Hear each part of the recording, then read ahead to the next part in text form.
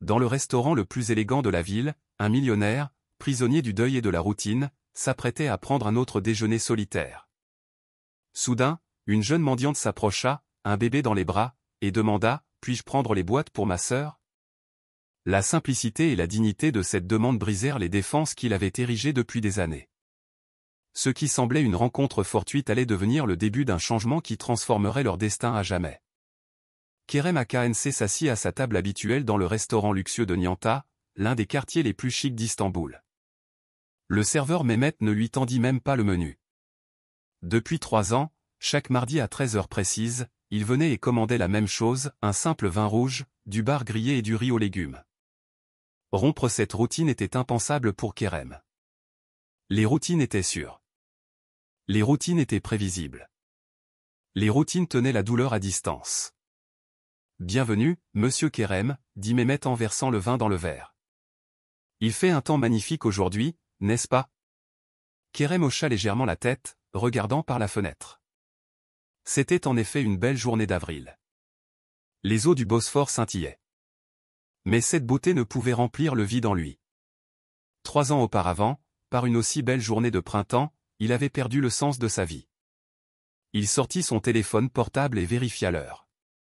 Il avait une réunion du conseil d'administration à 14 heures et il devait approuver les nouvelles stratégies d'Aknc Holding.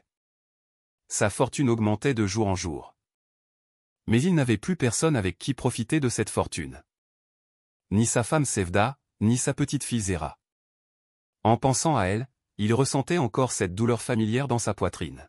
« Voulez-vous que je vous apporte votre journal, monsieur ?» demanda Mehmet. « Non, merci, » dit Kerem. Le manque d'émotion dans sa voix le surprit lui-même. « Aujourd'hui, je veux rester un peu seul. » Le restaurant était, comme toujours, rempli de clients riches et distingués d'Istanbul. Des hommes d'affaires, des femmes élégamment maquillées, des figures politiques. Tous faisaient partie du monde qui entourait Kerem. Mais aucun ne pouvait vraiment entrer dans son monde. Depuis 3 ans, il n'avait laissé personne entrer. Lorsque le bar arriva, il commença à manger avec soin, comme d'habitude. À chaque bouchée, malgré le bruit ambiant, son esprit n'était occupé que par des chiffres et des projections, le nouveau projet immobilier d'Aknc Inat, les plans d'expansion à l'étranger, les investissements technologiques. Le travail était le seul moyen de tenir la douleur à distance. C'est à ce moment précis qu'un événement inattendu se produisit. Une petite main frêle toucha son bras. C'était si léger, si hésitant qu'il crut d'abord halluciner. Quand il tourna la tête, il vit une fillette d'environ 8 ans. Elle portait une vieille robe sale et tenait un bébé dans ses bras. Le visage du bébé était pâle et ses yeux étaient fermés. « Monsieur » dit la fillette. Sa voix avait une maturité surprenante. « Puis-je prendre les boîtes vides sur votre table pour ma sœur ?» Kerem regarda sa table, interloqué. 2 bouteilles de soda qu'il avait bu avant le repas y traînaient. C'était tout? Cette enfant était-elle vraiment venue pour ces bouteilles sans valeur? Qu'en feras-tu? Demanda-t-il, baissant la voix, sentant les regards des gens autour de lui. Pour le recyclage, dit la fillette.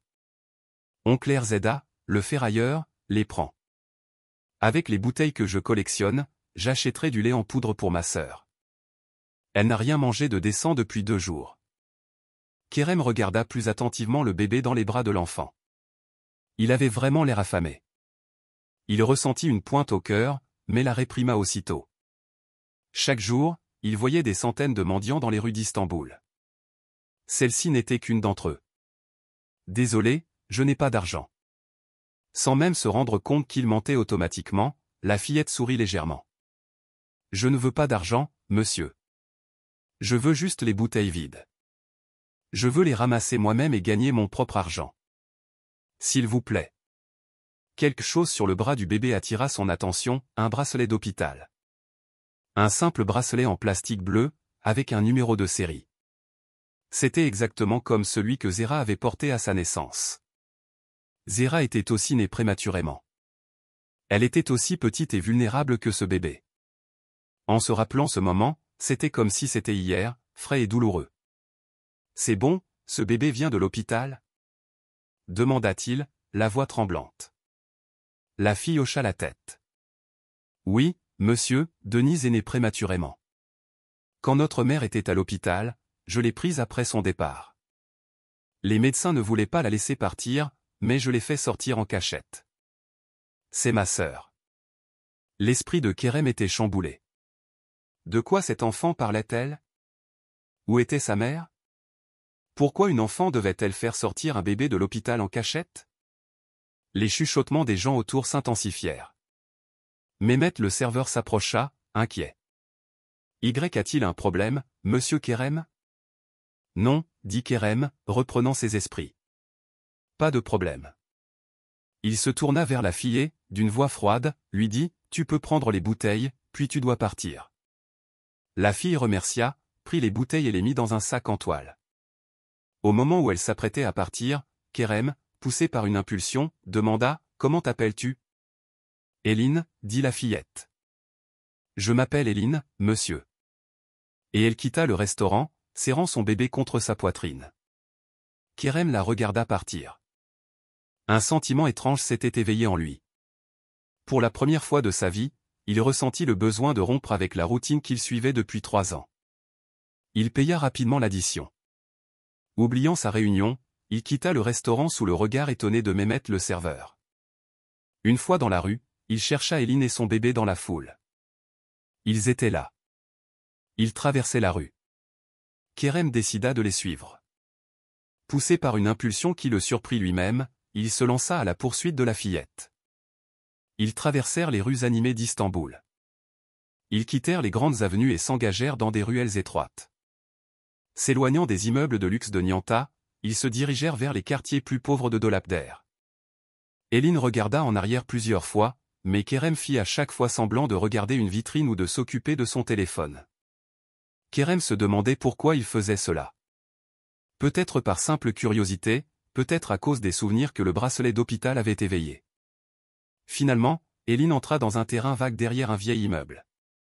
Kerem s'approcha prudemment et observa discrètement les environs. À sa grande surprise, il vit que sur ce terrain vague, sous un grand pont en béton armé, se trouvait une baraque de fortune. Autour de la baraque, 5 autres enfants jouaient. « Éline est là !» cria un des enfants avec joie. Les enfants se rassemblèrent immédiatement autour d'elle.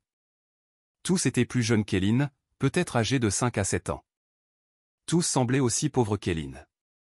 De vieux vêtements, des visages sales, mais leurs yeux avaient une vitalité surprenante. « Comment va Denise ?» demanda un des enfants, regardant le bébé avec inquiétude. « Bien, » dit Éline d'un ton de voix assuré. « J'ai ramassé quelques bouteilles de plus.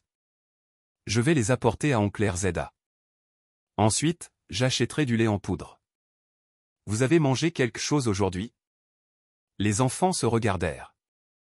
Personne ne répondit. « Je vois, » dit Éline en soupirant. « Attendez le ferrailleur. Quand je reviendrai, je vous apporterai de quoi manger. » Kerem sortit de sa cachette. Les enfants reculèrent, effrayés, en le voyant. Éline serra le bébé contre sa poitrine, comme pour le protéger. « Je vous ai suivi, » dit Kerem, s'efforçant de parler le plus gentiment possible. « Je suis désolé, mais j'étais curieux. »« Nous n'avons rien fait, » dit Éline d'un air défensif. « Nous vivons juste ici. » Kerem regarda autour de lui. L'endroit qu'elle appelait baraque était un abri rudimentaire fait de quelques morceaux de bois et de bâches en plastique. Quand il pleuvait, il devait certainement être inondé. « Et les nuits froides, où est votre mère ?» demanda Kerem. Le visage d'Éline s'affaissa. « Je ne sais pas. Elle est partie il y a 3 semaines, elle a laissé un mot. Elle a dit, je vais tout arranger et je reviendrai mais elle n'est pas revenue. Et ses enfants ? Nous vivions tous dans le même immeuble du quartier. Puis ils nous ont fait sortir parce que l'immeuble allait être démoli. Certaines familles sont allées ailleurs. D'autres ont laissé leurs enfants. » Éline haussa les épaules. Elle semblait avoir accepté la situation. « Et moi, je m'occupe d'eux. Nous sommes comme des frères et sœurs maintenant. » Kerem ne pouvait croire qu'une enfant de 8 ans puisse être si mature, si responsable. Quelque chose se brisa en lui. Une émotion qu'il n'avait pas ressentie depuis 3 ans commença à le submerger. « Éline, dit-il, s'agenouillant pour être à la hauteur de l'enfant. Je veux t'aider, toi et tes amis. Nous ne sommes pas des mendiants, dit Éline avec fierté. Nous pouvons faire notre propre travail. Je sais, dit Kerem en souriant. Je veux vous donner du travail. Un vrai travail. J'ai besoin de quelqu'un pour nettoyer mon bureau. En échange, je vous offrirai un endroit sur où loger et de la nourriture pour tous. Éline le regarda avec suspicion. Pourquoi voulez-vous nous aider? Kerem hésita avant de répondre. Pourquoi vraiment? Parce que ses enfants lui rappelaient sa famille perdue. Parce que le bracelet du bébé ressemblait à celui de Zera. Ou peut-être parce que pour la première fois en 3 ans, il avait ressenti autre chose que sa propre douleur. Parce que parfois les gens s'entraident, dit-il finalement. Parce que peut-être tu peux m'aider plus que je ne peux t'aider. Éline regarda longuement le visage de Kerem. Comme si elle essayait de lire son âme. Puis elle hocha lentement la tête. Mais j'ai une condition, dit-elle d'un air sérieux. Nous resterons tous ensemble. Personne ne sera séparé et ce sera un travail. Pas une aumône. Je travaillerai et en échange nos besoins seront satisfaits. On est d'accord? Kerem fut surpris par les talents de négociatrice de la petite fille. Il lui tendit la main en souriant. Entendu, mademoiselle Éline. Quand Kerem retourna à son bureau, son assistante Leïla l'accueillit avec inquiétude. Monsieur Kerem, vous avez manqué la réunion du conseil d'administration. Tout le monde était très inquiet. Vous n'avez pas répondu à votre téléphone. Je suis désolé, Leïla, dit Kerem, se sentant étrangement calme. J'ai eu une affaire importante. Veuillez organiser une nouvelle réunion pour demain et pourriez-vous faire préparer l'appartement d'hôte qui est libre, s'il vous plaît? Nous aurons des invités. Des invités? Demanda Leïla, surprise. Elle savait que Kerem Aknc n'avait invité personne chez lui depuis 3 ans. Oui, dit Kerem en souriant légèrement. 6 enfants et un bébé. Commandez aussi beaucoup de nourriture pour le dîner et, une chose de plus, aviez-vous un ami pédiatre? Pourriez-vous organiser une visite à domicile d'urgence de sa part? Leïla remarqua le changement dans les yeux de son patron. Pour la première fois en 3 ans, il y avait une étincelle dans les yeux de Kerem Aknc.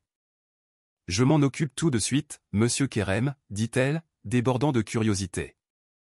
Kerem regarda par la fenêtre. Il contemplait le panorama d'Istanbul. Une nouvelle page s'ouvrait dans sa vie et il ne savait pas où cela le mènerait, mais pour la première fois depuis longtemps, il était curieux de connaître le lendemain.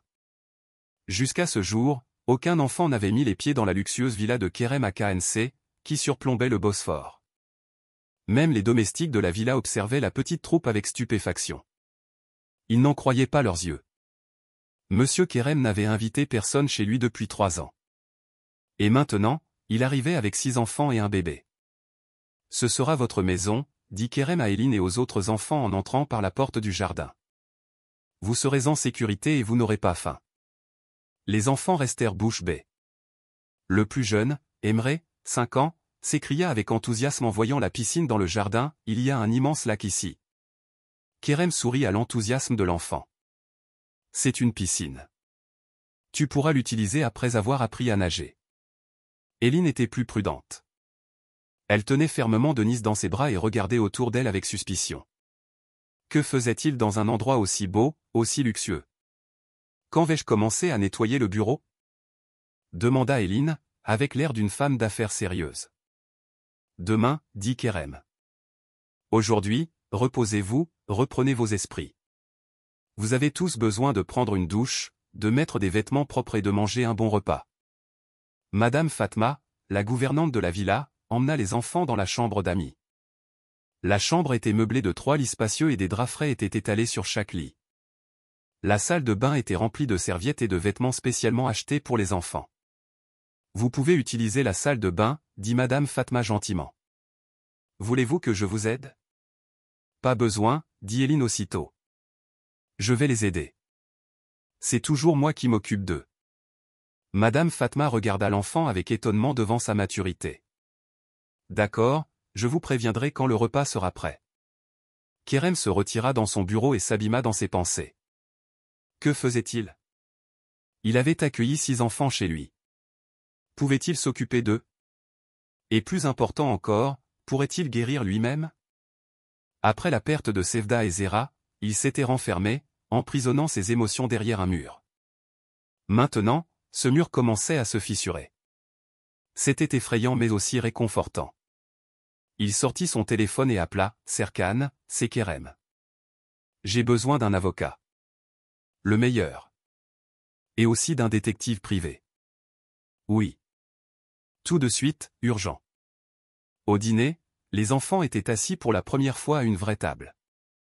Canan, 7 ans, utilisait une serviette pour la première fois de sa vie. Emre, Selim 6 ans, et Elif 7 ans, regardaient la nourriture avec émerveillement, n'ayant jamais vu autant de nourriture de leur vie. « On peut tout manger ?»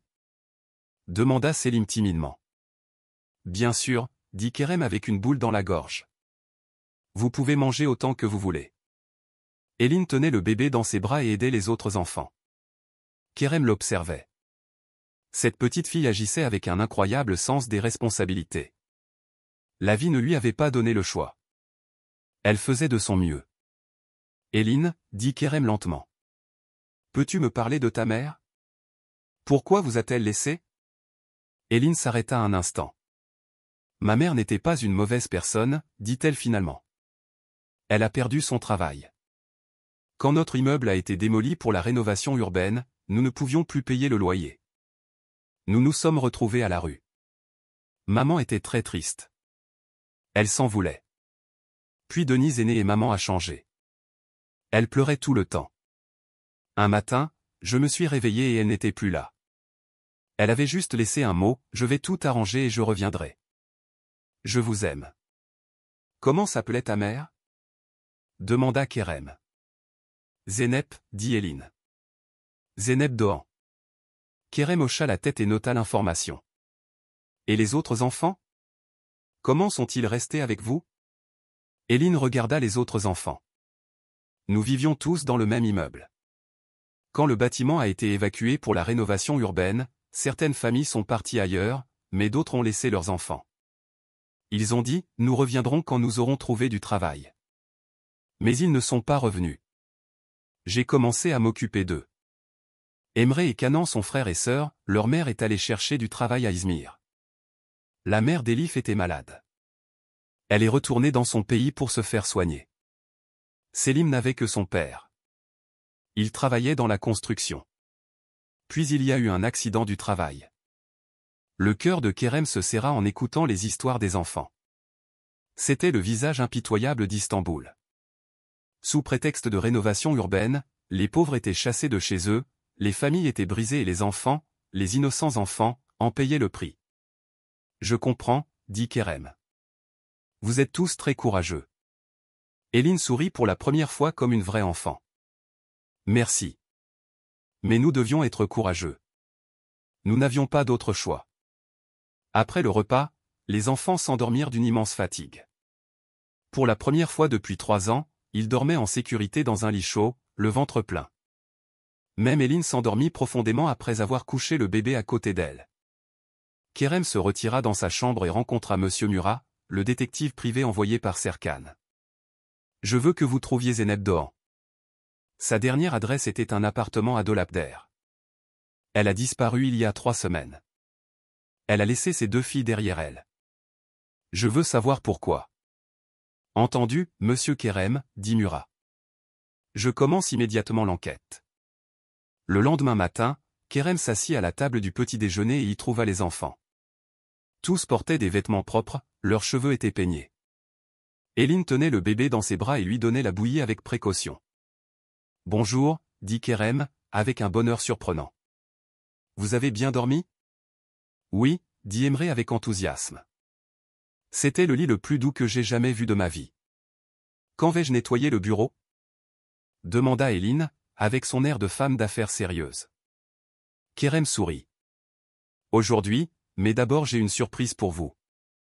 La porte sonna et Madame Fatma fit entrer un homme d'âge moyen, au visage souriant. Les enfants, voici le docteur Ahmet. Il va vous examiner, vous et surtout Denise. Eline s'inquiéta aussitôt. Est-ce qu'il est venu reprendre Denise? Va-t-il l'emmener à l'hôpital? Je ne le laisserai pas faire. Non, non, dit Kerem, d'une voix apaisante. Il va juste vérifier votre santé. Je ne séparerai Denise de personne, je vous le promets.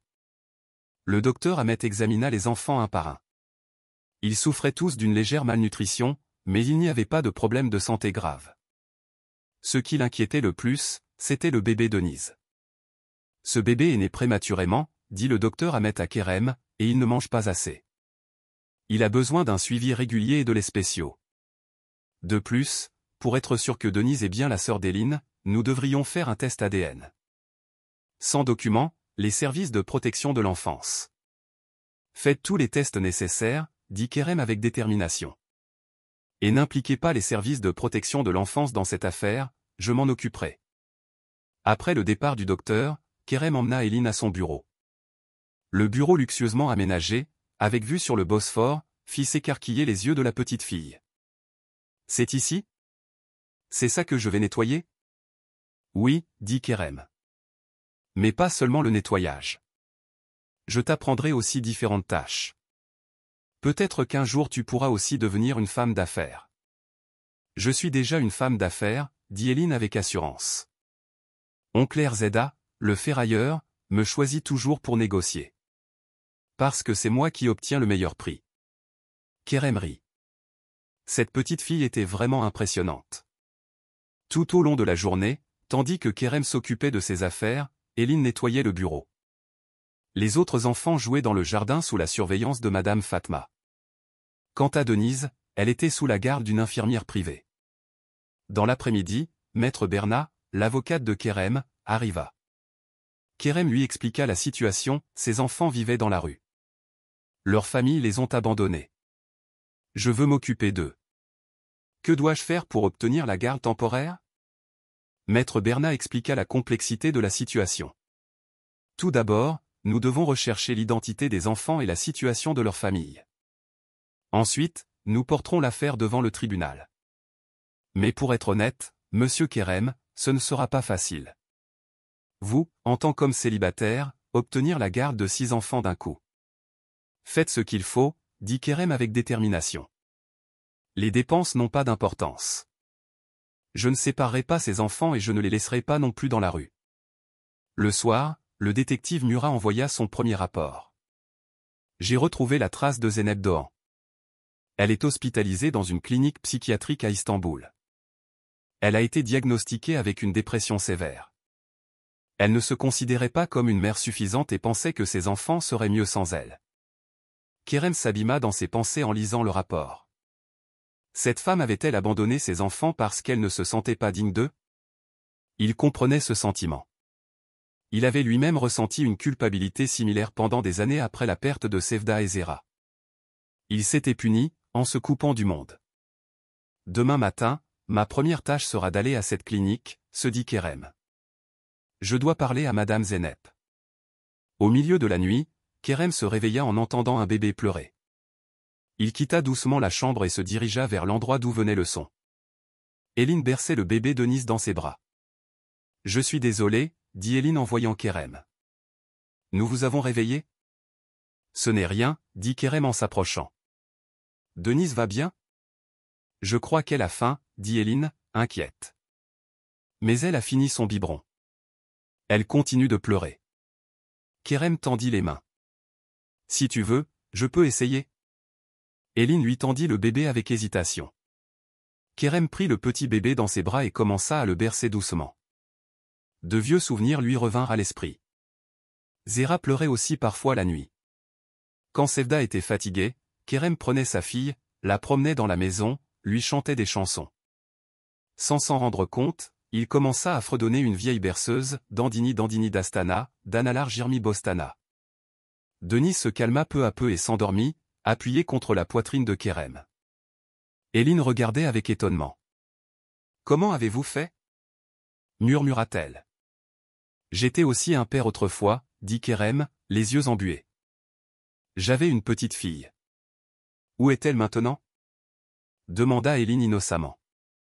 Kerem ravala la boule dans sa gorge. Elle et sa mère, il y a 3 ans, dans un accident de la route. Les yeux d'Eline s'écarquillèrent. Je suis désolée, dit-elle.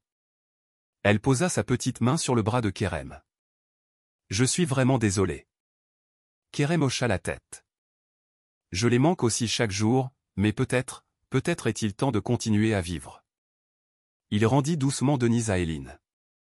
J'ai fait préparer un berceau à côté de la chambre de Madame Fatma. Si vous voulez, le bébé peut y dormir. Vous seriez plus à l'aise. Non, dit Éline avec détermination. Denise doit rester avec moi. Je suis sa sœur. Kerem vit la détermination dans les yeux de la petite fille et hocha la tête. Je comprends. Bonne nuit alors.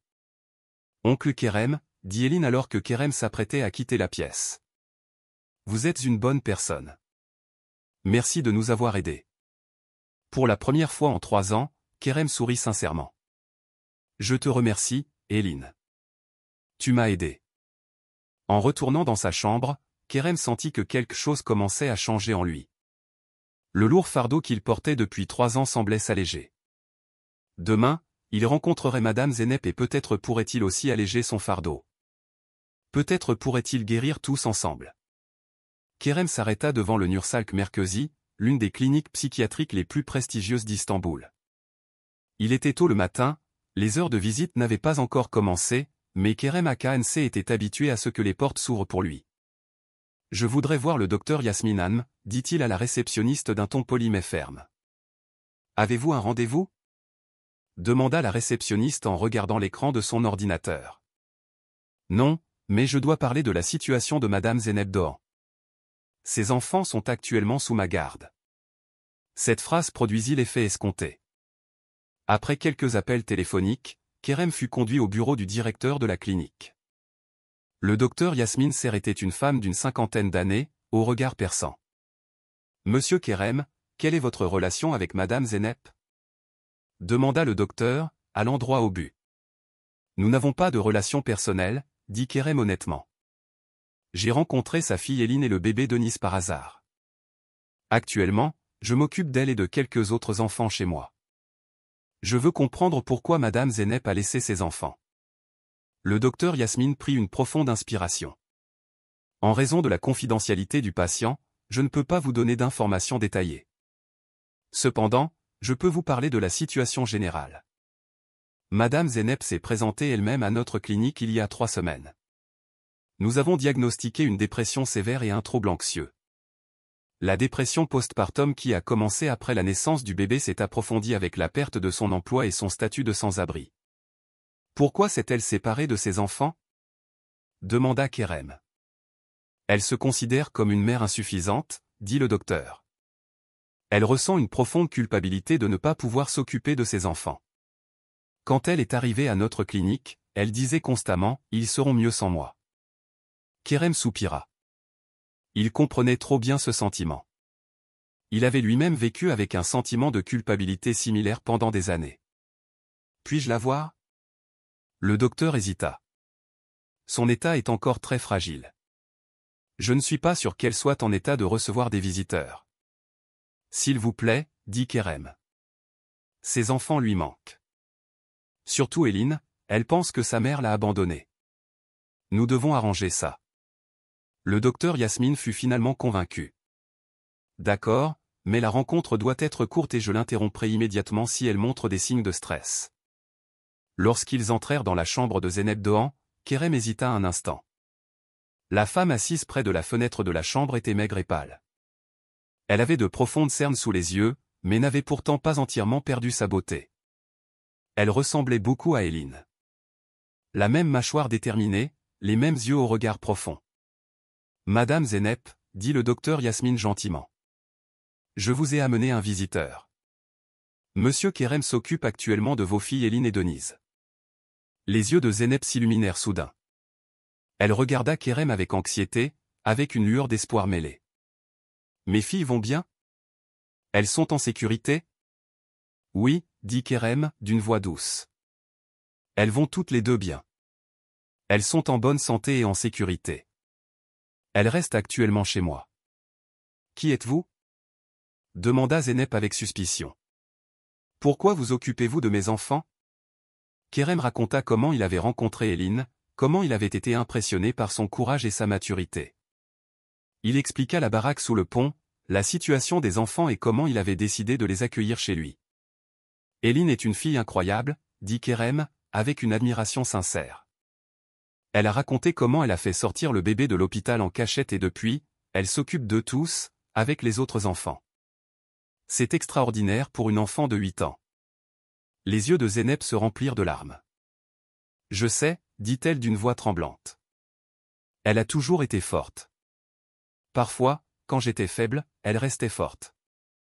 Mais en tant que mère, ce n'est pas juste. Une enfant ne devrait pas être obligée d'assumer le rôle de mère. Pourquoi les avez-vous laissés? Demanda Kerem, d'un ton non accusateur. Zeynep prit une profonde inspiration. Parce que je ne pouvais pas m'occuper d'eux. J'ai perdu mon travail. Je ne pouvais plus payer le loyer. Nous nous sommes retrouvés à la rue. Quand Denise est née, notre situation a empiré. Chaque jour, je me détestais de ne pas pouvoir fournir assez de nourriture et d'abri à mes enfants. Un jour, je n'en pouvais plus. Je me sentais comme un fardeau. J'ai pensé que peut-être sans moi, l'État les placerait dans un orphelinat. Au moins, ils auraient à manger et seraient en sécurité. Le cœur de Kerem se serra. Cette femme, dans son désespoir, avait essayé de se sacrifier pour le bien-être de ses enfants. Tout comme lui s'était isolé du monde après la perte de Sevda et Zera. Madame Zeynep, dit Kerem sincèrement, vos enfants vous manquent. Surtout Eline, elle m'a montré la note que vous lui avez laissée. Vous avez écrit, je vais tout arranger et je reviendrai. Elle attend toujours votre retour. Zeynep commença à sangloter. Comment puis-je revenir? Je n'ai rien arrangé. Je suis toujours sans emploi. Je suis toujours sans argent. Que puis-je leur offrir? Votre amour, dit Kerem simplement. Vous pouvez leur donner votre amour, et peut-être que je peux aussi aider. Kerem expliqua son plan. Les enfants pouvaient rester chez lui jusqu'à ce que Zeynep se rétablisse. Ensuite, Zeynep pourrait les rejoindre. Il pourrait lui trouver un emploi chez AKNC Holding. Zeynep avait une formation en comptabilité. Ses compétences financières pourraient être précieuses pour l'entreprise. Pourquoi? Demanda Zeynep, incrédule. Pourquoi nous aidez-vous? Vous ne nous connaissez même pas. Kerem hésita un instant. Parce que j'ai aussi perdu quelque chose, dit-il finalement. J'ai perdu ma femme et ma fille dans un accident de la route il y a 3 ans. Depuis, je vivais comme si j'étais mort avec elle. Jusqu'à ce que je voie Eline. Elle et son bébé m'ont rappelé la famille que j'avais perdue. Mais ils m'ont aussi rappelé qu'il y a peut-être encore des choses pour lesquelles il vaut la peine de vivre. Zeynep regarda Kerem pendant longtemps. Elle vit la douleur dans ses yeux, ses pertes et l'espoir retrouvés. Puis-je voir mes enfants? Demanda-t-elle finalement. Bien sûr, dit Kerem. Dès que votre médecin le permettra, je vous emmènerai les voir. En quittant la clinique, un nouveau sentiment germait en Kerem, l'espoir. Peut-être que cette petite famille brisée et lui-même pourraient guérir ensemble. De retour à la maison, Eline l'attendait à la porte. Ses yeux brillaient de curiosité. « Avez-vous trouvé ma mère ?» demanda-t-elle directement.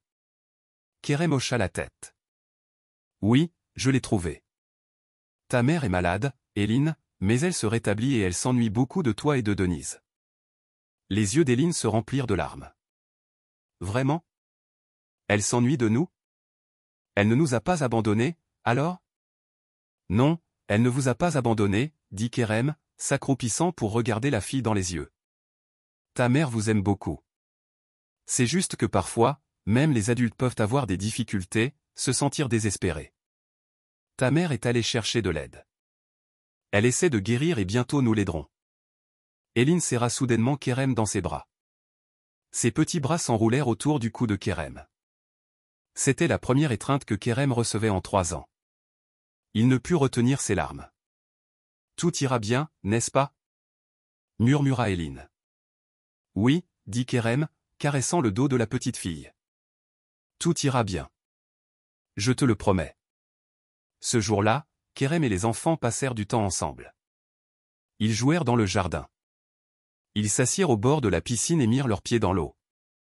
Kerem redécouvrit un sentiment qu'il avait oublié depuis longtemps, la joie. Le soir, Kerem rencontra son avocate, Maître Berna, dans son bureau. « J'ai retrouvé Madame Zeynep » dit Kerem. « Elle est sous traitement psychiatrique. Quand elle sera rétablie, je lui donnerai un emploi dans l'entreprise et elle pourra rester ici avec ses enfants. » Maître Berna haussa les sourcils de surprise. « Monsieur Kerem, c'est un développement inattendu. Vous allez vraiment accueillir cette femme et 6 enfants chez vous? » « Oui, » dit Kerem sans hésitation. « C'est ma décision. » « Et les autres enfants? S'ils ont des familles, ils pourraient vouloir récupérer leurs enfants. » Kerem prit une profonde inspiration. « Nous traverserons ce pont quand nous y arriverons. Pour l'instant, la sécurité et la santé des enfants sont notre priorité. » Le lendemain, la vie de Kerem avait pris une tournure complètement différente. Le petit déjeuner était désormais un événement bruyant et joyeux. Hélène, comme d'habitude, aidait les autres enfants, mais un sourire plus détendu était apparu sur son visage. Savoir que sa mère ne l'avait pas abandonné et qu'ils seraient bientôt réunis avait allégé le fardeau de la petite fille. Ce jour-là, Kerem emmena aussi Hélène à son bureau. La petite fille ne se contentait pas de nettoyer. Elle commença aussi à apprendre diverses tâches de bureau auprès de Leïla, l'assistante de Kerem. « Elle est très intelligente » dit Leïla à Kerem. « Elle comprend tout du premier coup et elle a un sens des responsabilités que beaucoup d'adultes n'ont pas. »« Je sais » dit Kerem avec fierté. « C'est une enfant spéciale. » Cet après-midi-là, Kerem rencontra le directeur des ressources humaines de son entreprise. « Je veux que vous ouvriez un poste au département comptabilité, dit-il. Je vous enverrai le CV de Zeynep Dohan. »« Je m'en occupe tout de suite, monsieur Kerem, dit le directeur, essayant de cacher sa surprise. Kerem AKNC faisait une demande personnelle pour la première fois en 3 ans. Une semaine plus tard, le docteur Yasmine informa que Zeynep était suffisamment rétablie pour voir ses filles. Kerem emmena Hélène et le bébé Denise à la clinique avec une grande excitation. Zeynep était assise sur un banc dans le jardin. Son teint semblait meilleur. Ce regard vide dans ses yeux avait fait place à une expression vivante. Dès qu'elle vit Hélène, elle se leva d'un bond. « Maman !» cria Hélène en courant. Zeynep ouvrit les bras et serra sa fille fort contre elle. « Ma chérie !» murmura Zeynep, les larmes aux yeux. « Ma fille courageuse et forte. Je suis tellement désolée. Je n'aurais jamais dû te quitter. »« Ce n'est rien, » dit Hélène, prenant le visage de sa mère entre ses mains. « Nous sommes là maintenant, et regarde, Denise est là aussi. » Zeynep sanglota quand elle prit son bébé dans ses bras. La petite Denise toucha le visage de sa mère et sourit. Comme si elle aussi avait reconnu sa mère et qu'elle lui avait manqué. Kerem regarda cette scène émouvante de loin. Quelque chose se réchauffait en lui. Réunir cette famille était peut-être la chose la plus significative qu'il ait faite en 3 ans. Zeynep se tourna vers Kerem après un moment. « Merci, dit-elle. » Ses yeux brillaient de gratitude. « De m'avoir sauvé, d'avoir pris soin de mes enfants et de m'avoir trouvé. »« Je vous remercie, » dit Kerem sincèrement. « Votre famille m'a donné une nouvelle chance de vivre. » Ce soir-là, lorsque Kerem se coucha, il se sentit vraiment en paix pour la première fois depuis longtemps. Peut-être que la vie lui donnait une seconde chance. Peut-être qu'au-delà de la perte et de la douleur, il y avait de nouveaux commencements. En fermant les yeux, il crut voir Sevda et Zéra. Il ne pensait plus à elle avec colère et douleur, mais avec une douce mélancolie et gratitude. « Je vous aimerai toujours » murmura-t-il dans l'obscurité. « Mais peut-être que je peux enfin recommencer à vivre. » 3 semaines plus tard, Zeynep fut autorisée à quitter la clinique. Le docteur Yasmine lui dit que son traitement devait se poursuivre, mais qu'elle pouvait désormais le suivre en ambulatoire. Kerem attendit Zeynep à la porte de la clinique. « Tu es prête ?» demanda-t-il gentiment. Zeynep prit une profonde inspiration. « Oui, j'ai hâte de voir mes filles, mais êtes-vous vraiment sûr de vouloir nous accueillir chez vous ? Nous ne voulons pas être un fardeau pour vous. » « Vous n'êtes pas un fardeau, » dit Kerem avec détermination. « Vous êtes ma nouvelle famille. » Ces mots, prononcés par lui-même, surprirent même Kerem. Mais c'était la vérité. Cette famille brisée, fragmentée, lui avait redonné le sentiment d'avoir une famille. Les yeux de Zeynep se remplirent de larmes. « Merci, » murmura-t-elle. « Pour tout ce que vous nous avez donné. » Et aussi, dit Kerem, changeant de sujet, tu commences le travail lundi. Au département comptabilité des AKNC Holding. Nous avons examiné ton CV. Tes compétences en analyse financière sont exactement ce dont nous avons besoin. Zeynep regarda Kerem avec étonnement. Vraiment? Mais je n'ai pas travaillé depuis des années. Vais-je y arriver? Je ne suis pas sûr. Tu es la mère d'Eline, dit Kerem en souriant. Il n'y a rien que tu ne puisses faire. En arrivant à la maison, les enfants les accueillirent à la porte du jardin. Eline, Emre, Selim, Elif et Canan criaient tous d'excitation. Madame Fatma souriait, le bébé Denise dans les bras. Bienvenue maman, cria Eline en courant. Zeynep ouvrit les bras et serra sa fille. Puis les autres enfants se joignirent à eux. Ce fut une grande étreinte collective au milieu du jardin. Kerem regarda la scène de loin. Pour la première fois en 3 ans, il avait un vrai sourire sur son visage. Ses enfants et cette mère, riant, s'embrassant, pleins de joie dans le jardin de sa maison, lui avaient donné ce qu'il désirait depuis des années, une famille. Bienvenue, dit Kerem sincèrement. Bienvenue chez vous. 2 mois s'étaient écoulés. Istanbul était entré dans une chaude saison estivale. La piscine dans le jardin de la villa de Kerem à KNC était désormais remplie chaque jour par les cris joyeux des enfants. Emre et Selim avaient même appris à nager. Elif et Canan nageaient encore avec des brassards. Mais eux aussi devenaient chaque jour un peu plus courageux. Zeynep avait commencé à travailler au département comptabilité des AKNC Holding. Les premiers jours avaient été difficiles. Elle manquait de confiance en elle. Mais avec le soutien de Kerem et ses propres talents naturels, elle s'était rapidement adaptée à son travail. En 1 mois, elle avait même apporté des améliorations significatives aux analyses financières de l'entreprise. Kerem était vraiment heureux pour la première fois depuis longtemps. Des voix d'enfants résonnaient désormais dans chaque recoin de sa maison. Le soir, ils dînaient tous ensemble à la grande table, racontant leur journée. Kerem parlait de son travail, Zeynep partageait ce qu'elle avait appris de nouveau, et les enfants riaient des farces qu'ils avaient faites à la piscine ce jour-là. Le bébé Denise grandissait aussi. Il semblait maintenant plus sain. Ses joues étaient plus pleines, ses yeux avaient retrouvé de la vivacité. Kerem le prenait parfois dans ses bras et le berçait pendant des heures, lui chantant des chansons. Ces moments étaient à la fois doux et mélancoliques. Il lui rappelait sa fille Zéra qu'il avait perdue. Mais désormais, ses souvenirs ne causaient plus une douleur brûlante. C'était plutôt une douce nostalgie, un précieux souvenir. Un de ces jours d'été, alors que Kerem lisait un livre dans le jardin, Eline vint le rejoindre. « Oncle Kerem, dit-elle avec son habituelle gravité, puis-je vous demander quelque chose ?»« Bien sûr, Eline, dit Kerem en souriant. »« Qu'y a-t-il ? Quand allons-nous partir ?» Kerem fut surpris. « Que veux-tu dire ? Partir ? Où ça ? » D'ici, dit Eline en désignant la villa de la main. Maman travaille maintenant, elle économise de l'argent.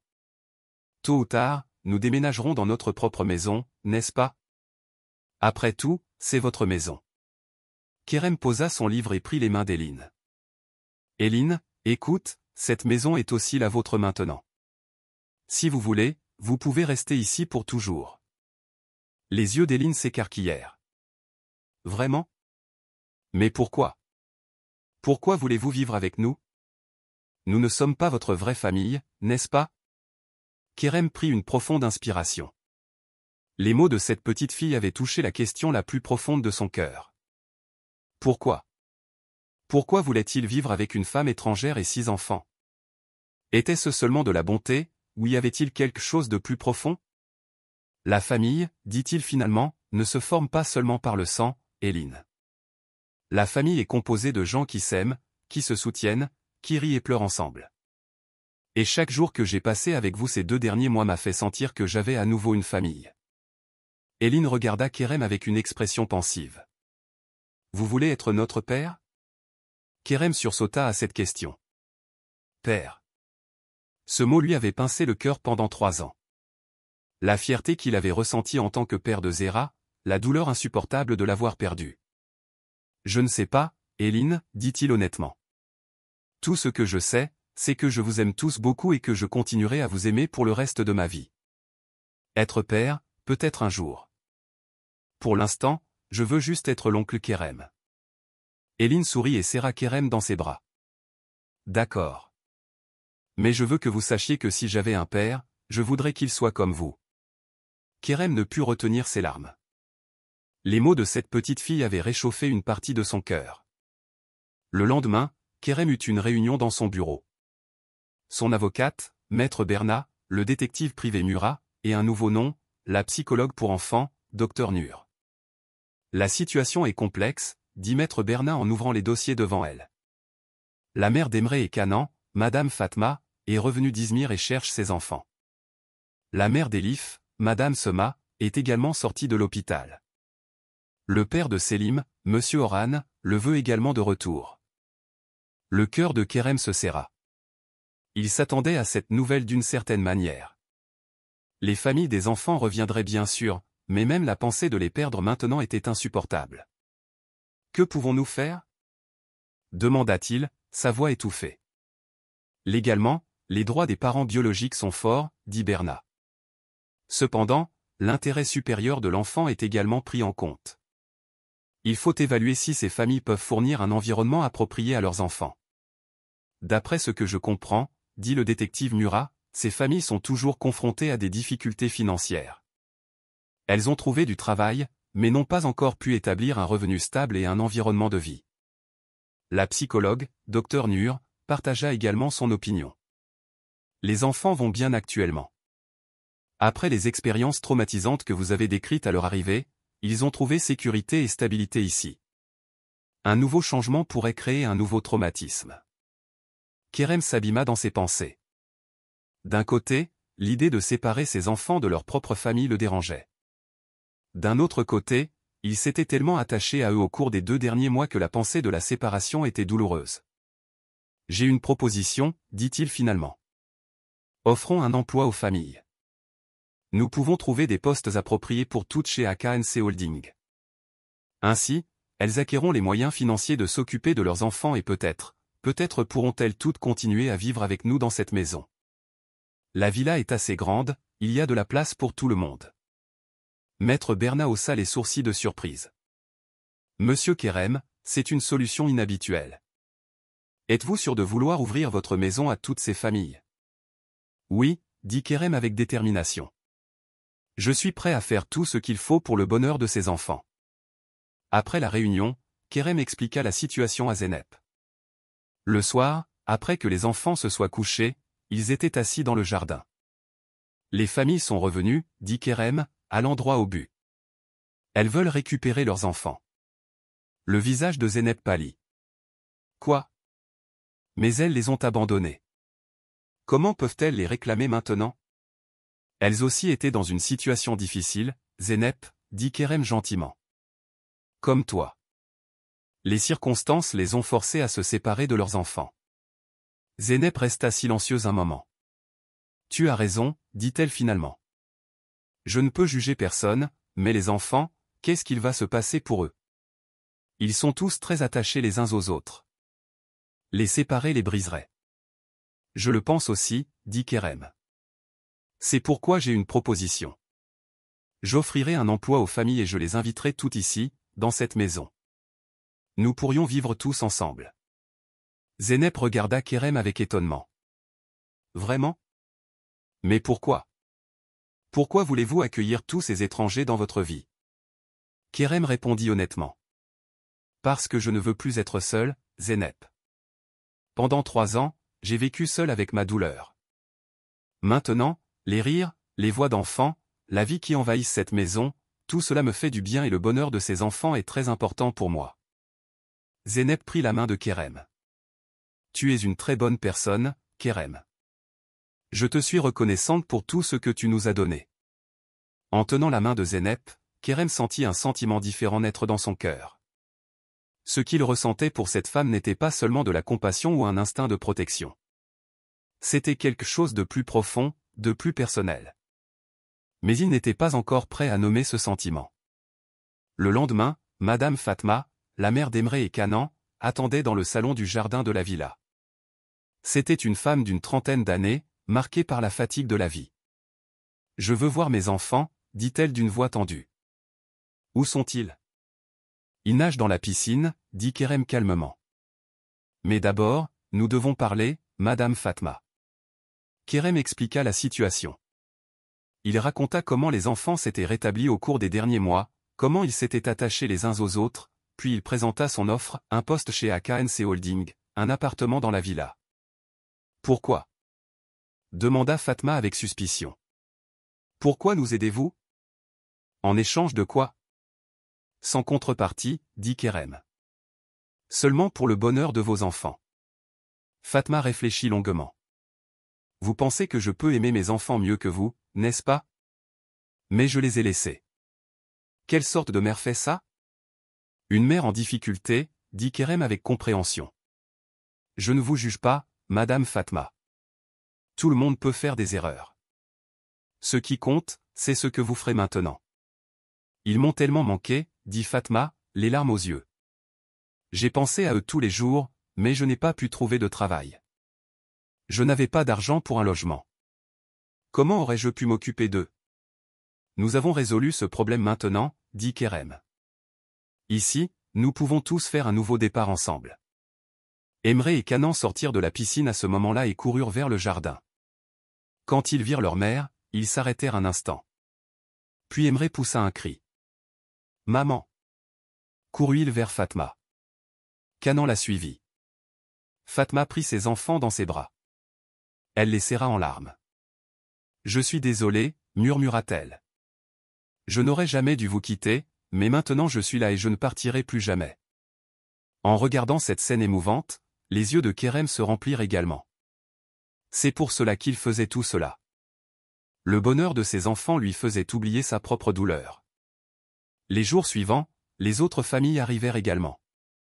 Sema, la mère d'Elif, Orhan, le père de Selim. Tous partagèrent des histoires similaires, difficultés économiques, impossibilité de trouver un logement, désespoir. Et tous acceptèrent avec gratitude l'offre de Kerem. La villa se transforma rapidement en un véritable foyer familial. Les chambres vides se remplirent. Les couloirs et les escaliers résonnaient des voix d'enfants. Fatma prit en charge la cuisine. Sema commença à s'occuper du jardin. Quant à Orhan, il aidait Kerem avec les réparations. Zeynep observa ce changement avec une certaine appréhension. Un jour, elle surprit Kerem dans son bureau. « Kerem » dit-elle en fermant la porte derrière elle. « Cette situation, est-elle normale selon toi? Je veux dire, tu vis dans ta villa avec des dizaines d'étrangers. Était-ce la vie que tu avais prévue? » Kerem sourit. « Non, absolument pas. Mais parfois la vie nous entraîne sur des chemins inattendus et je veux voir où ce chemin me mènera. » Et après? Demanda Zeynep. Ces familles ne resteront pas ici pour toujours. Tôt ou tard, elles voudront construire leur propre vie. Je sais, dit Kerem. Mais d'ici là, nous pouvons créer de beaux souvenirs ensemble. Et peut-être que certains d'entre nous voudront poursuivre cette union.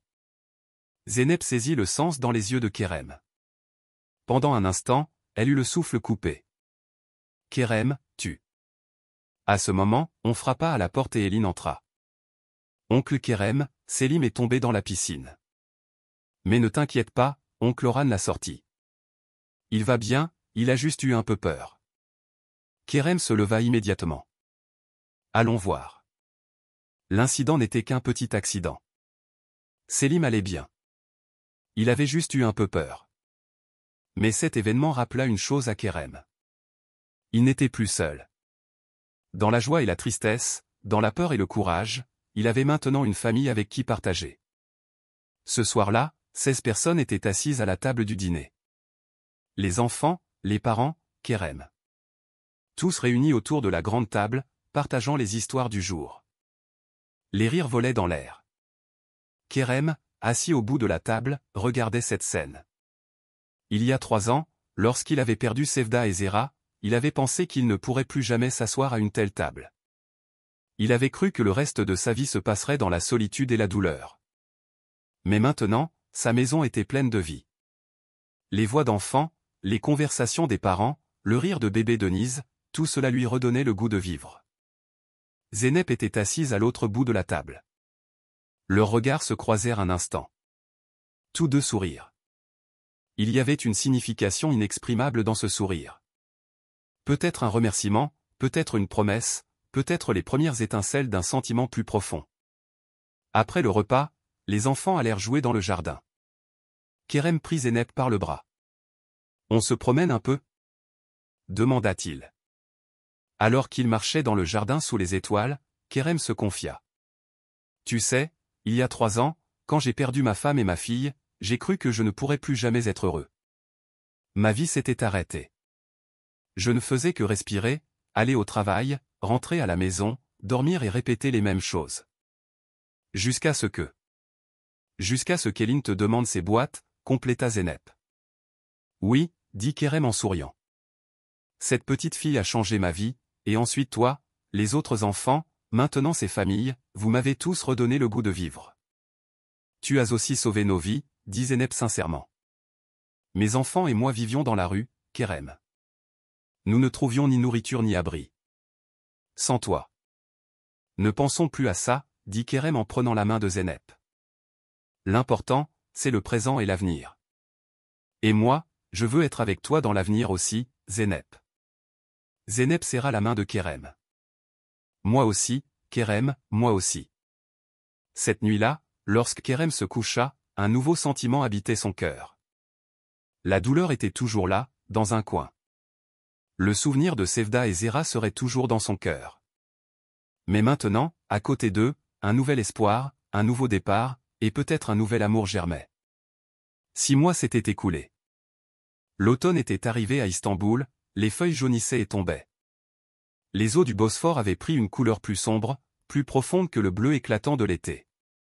Les arbres du jardin de la villa de Kerem à KNC s'étaient également parés des couleurs de l'automne. L'intérieur de la villa, quant à lui, était plus vivant, plus chaleureux que jamais. Les enfants avaient commencé l'école. Kerem avait choisi pour eux la meilleure école privée de la ville. Le premier jour d'école, Eline avait été un peu nerveuse. Son passé d'enfant des rues la faisait toujours se sentir différente des autres. Mais grâce à son intelligence et à son assiduité, elle était rapidement devenue la préférée de ses professeurs.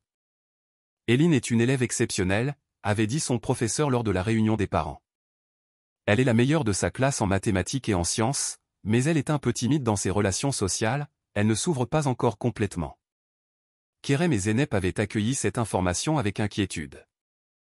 Les traces du passé traumatisant d'Eline étaient toujours là, mais elle guérissait de jour en jour. Les moments passés avec Kerem lui faisaient particulièrement du bien. Chaque samedi, Kerem et Eline faisaient une activité ensemble. Parfois, ils allaient au musée, parfois ils flânaient dans les librairies. Parfois, ils se contentaient de se promener le long du Bosphore. C'était leur moment spécial. Sais-tu, dit Kerem un samedi alors qu'il se promenait dans le jardin du palais de Dolmabas, quand j'étais enfant, j'étais aussi très timide.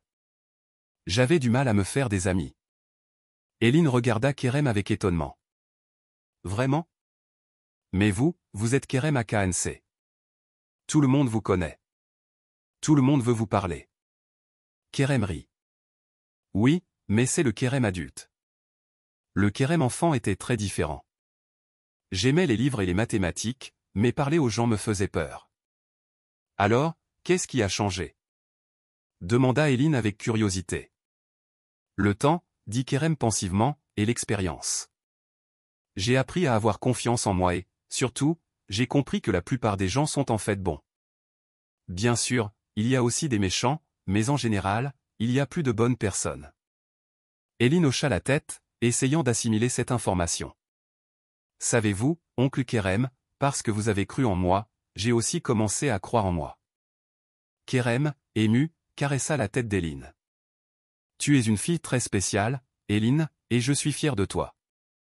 De retour à la villa, l'agitation habituelle régnait. Le bébé Denise avait commencé à ramper et le suivre était devenu un travail à temps plein. Emre et Selim jouaient au football dans le jardin. Elif et Canan faisaient des biscuits avec Madame Fatma. Et Zeynep était plus belle que jamais. En 6 mois, il ne restait plus trace de cette femme pâle et abattue. Maintenant, ses yeux brillaient, son visage rayonnait. Elle avait réussi dans son travail chez AKNC Holding et avait même obtenu une promotion. Kerem sentit son cœur s'accélérer en l'observant. Ses sentiments pour Zeynep s'approfondissaient de jour en jour. Mais il n'avait pas encore réussi à s'ouvrir complètement. Une partie de lui voulait rester fidèle à Sevda. Une autre partie n'était pas sûre que Zeynep ressente vraiment quelque chose pour lui. Peut-être interprétait-il mal sa gratitude. Ce soir-là, après que les enfants se soient couchés, Kerem et Zeynep étaient assis sur la terrasse de leur villa. Devant eux, un verre de vin, au-dessus, les étoiles. La nuit d'automne était fraîche mais agréable. Comment était Eline aujourd'hui? Demanda Zeynep, rompant le silence. Bien, dit Kerem en souriant. Nous avons visité le palais de Dolmabas. Elle a posé beaucoup de questions sur l'histoire. C'est une fille très curieuse. Elle est très attachée à toi, dit Zeynep avec un léger sourire. Elle t'aime vraiment. Je l'aime aussi, dit Kerem sincèrement. Tous. Mais Eline est spéciale. Dès l'instant où je l'ai vue, un lien s'est créé entre nous. Zeynep hocha la tête. Je comprends. Eline a toujours été différente. Même quand elle était très jeune, il y avait une maturité dans ses yeux. Comme si son âme était plus âgée que son âge. Ils restèrent assis en silence pendant un moment, sirotant leur vin. Puis Zeynep prit une profonde inspiration. Kerem, dit-elle, la voix légèrement tremblante, je dois te dire quelque chose.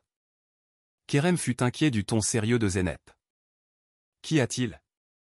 Y a-t-il un problème? Non, non, dit Zeynep aussitôt. Je veux juste te remercier. De nous avoir sauvés, de nous avoir donné cette vie. Je sais que je l'ai déjà dit, mais je ne le dirai jamais assez. Zeynep, dit Kerem gentiment, tu n'as pas besoin de me remercier. Je l'ai fait aussi pour moi-même. Avant de vous rencontrer, ma vie était vide. J'existais juste, je ne vivais pas. Vous m'avez redonné le goût de vivre. Zeynep regarda Kerem dans les yeux. Il y avait une question, une attente dans ses yeux. Seulement ça? Demanda-t-elle à voix basse. Kerem sentit son cœur s'accélérer. C'était le moment. Soit il parlerait maintenant, soit il ne parlerait peut-être jamais. Non, dit-il. Sa voix était étouffée. Pas seulement ça, Zeynep. Je ressens quelque chose pour toi depuis longtemps, mais j'avais peur de le dire. Pourquoi? Demanda Zeynep. Sa voix était un murmure. Parce que j'avais l'impression de trahir Sevda. Et je n'étais pas sûr que tu ressentes la même chose pour moi. Je pensais peut-être que tu ne ressentais que de la gratitude. Zeynep tendit la main et prit celle de Kerem. Quelque chose se brisa en Kerem. Comme un barrage qui s'effondre. Toutes les émotions qu'il avait accumulées pendant 3 ans jaillissaient comme un torrent. Zeynep, dit-il d'une voix tremblante. Je t'aime. J'aimerais toujours Sevda, mais elle n'est plus là. Et je veux aimer à nouveau. Je veux construire une nouvelle vie avec toi, avec les enfants. Les yeux de Zeynep se remplirent de larmes. Je t'aime aussi, Kerem, murmura-t-elle. Kerem se pencha doucement et déposa un baiser sur les lèvres de Zeynep. C'était un baiser doux, tendre, plein d'espoir. Le baiser d'un nouveau départ, d'une nouvelle vie. Après cette nuit, la relation entre Kerem et Zeynep commença officiellement. Il n'avait encore rien dit aux enfants, mais Eline, en particulier, avait remarqué le changement entre eux. Un jour, elle surprit Kerem dans son bureau. « Oncle Kerem, dit-elle, avec son habituel sérieux. Puis-je vous demander quelque chose? Bien sûr, Eline, dit Kerem en souriant. Qu'y a-t-il? Vous et ma mère, vous vous aimez, n'est-ce pas? Kerem fut surpris. Rien n'échappait aux yeux de cette petite fille. Oui, dit-il honnêtement. Ta mère et moi nous aimons. Tu penses que c'est une mauvaise chose? Eline secoua la tête. Non, au contraire. Je suis très heureuse. Ma mère n'était pas heureuse depuis longtemps. Et vous l'êtes aussi. Vous vous méritez tous les deux. Kerem fut une fois de plus étonné par l'approche mature d'Eline.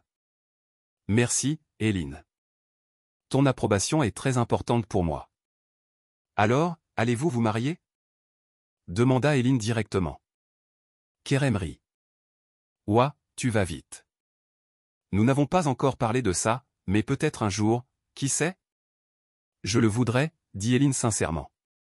Nous serions tous une vraie famille alors.